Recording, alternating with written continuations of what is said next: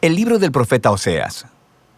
Oseas vivió en el reino del norte en Israel, al que a veces llaman Efraín o Jacob, alrededor de unos 200 años después de que el reino del sur se hubiera separado de Judá.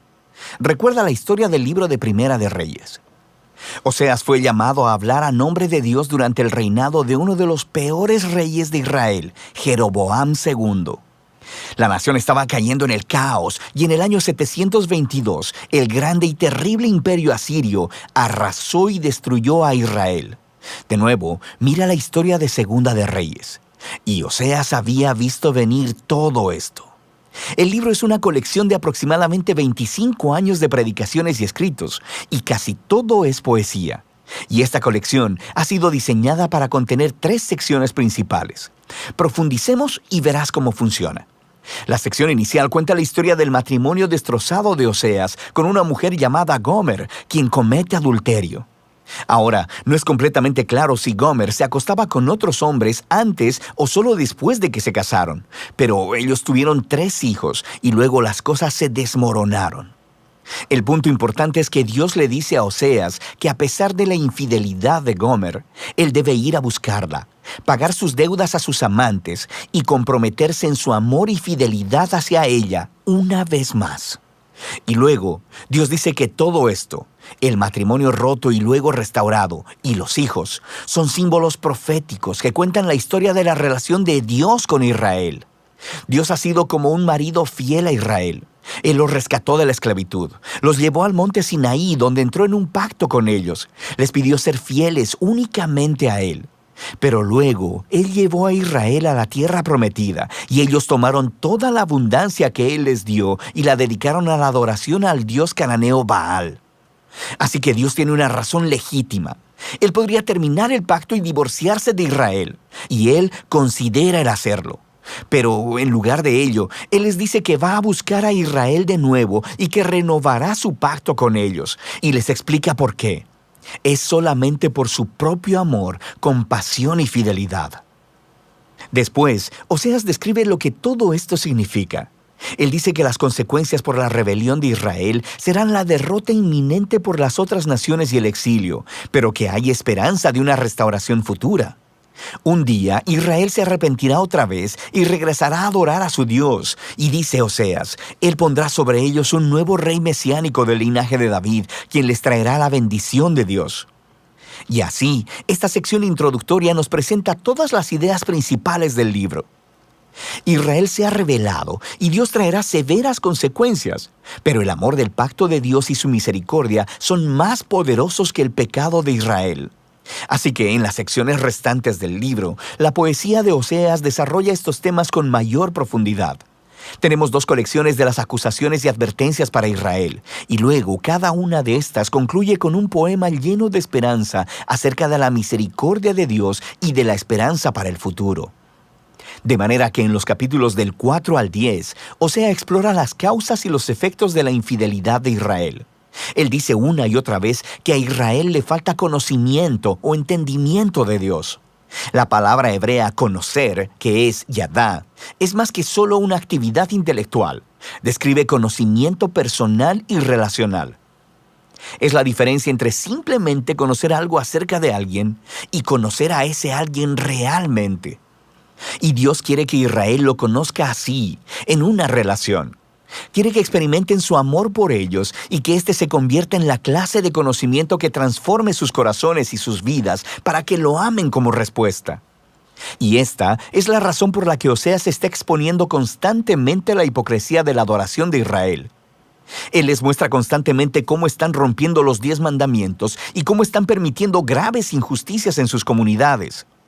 Y luego van a sus templos sagrados y ofrecen sacrificios a Dios como si todo estuviera bien, pero no está bien. Y no solo por su hipocresía, sino porque también están adorando a todos estos otros dioses. Muchas veces Él menciona sus altares a Baal en las ciudades de Betel y Gilgal. Y ellos no solamente han entregado su lealtad a otros dioses, también Oseas acusa repetidamente a Israel de confiar en sus alianzas políticas con Egipto y Asiria. En lugar de confiar en que Dios los protegerá, ellos quieren hacerse similares a esas otras naciones y confiar solamente en el poder militar.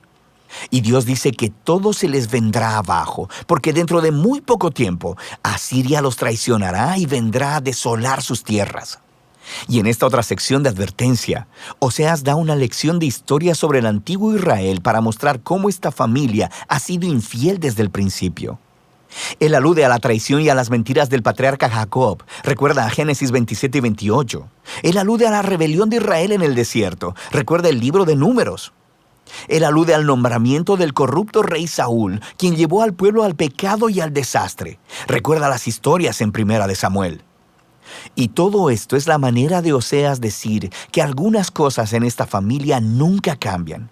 Así que, ¿qué esperanza tiene Oseas? Bueno, sabemos por el capítulo 3 que Dios hará algo para salvar y restaurar a su pueblo, y eso es lo que exploran estos dos capítulos finales. El capítulo 11 es hermoso. El poema muestra a Dios como un padre amoroso que crió a su hijo Israel y luego compartió todo con él. Pero el hijo creció y se rebeló contra el padre, aprovechándose de su generosidad. Entonces, en este poema, Dios está emocionalmente destrozado. En un momento está enojado y naturalmente dice que traerá severas consecuencias, pero al siguiente está quebrantado de corazón. Y luego, él dice que es movido por su misericordia y compasión y que él perdonará al hijo que ama. Él dice, ¿cómo te abandonaré, Efraín? Mi corazón se conmueve dentro de mí, se enciende toda mi compasión. Y así, aunque Dios permitió que Israel fuera conquistado por Asiria y enfrentara las consecuencias, esa no es la última palabra de Dios. Todavía hay esperanza, y de eso se trata el último capítulo. Oseas llama a Israel a arrepentirse y a volverse a su Dios, pero él sabe que no durará porque nunca lo ha hecho antes. Y Dios dice que un día Él sanará su apostasía y les amará generosamente. Dios continúa describiendo a este nuevo y restaurado Israel como un árbol frondoso que tendrá raíces profundas y amplias ramas, y le ofrecerá sombra y fruto a todas las naciones. Es una imagen de la promesa de Dios a Abraham, de cómo Israel se convertirá en una bendición a las naciones. Y Dios está diciendo, si todo esto va a suceder, se requerirá de un acto de la gracia y del poder sanador de Dios para reparar el profundo quebrantamiento y el egoísmo pecaminoso del corazón humano, para que el pueblo de Dios pueda recibir su amor y amarlo de vuelta. Eso es lo que Dios promete hacer. Ahora, después de este poema encontramos las últimas palabras del libro. Son como una nota añadida. Probablemente son del autor que reunió la poesía de Oseas y ahora quiere hablarte a ti, al lector, por un momento. Y él dice, ¿quién es sabio y prudente para entender todo esto? En otras palabras, los poemas de Oseas. Los caminos del Señor son rectos y los justos andan por ellos, pero los rebeldes tropiezan en ellos. Así que el autor quiere que sepas que la poesía de Oseas para el reino del norte, Israel, no está encadenada al pasado. Esta revela profundas verdades acerca del carácter de Dios, de sus propósitos y de la naturaleza humana.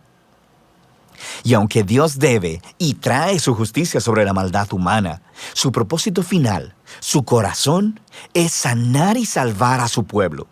Y de eso se trata el libro de Oseas.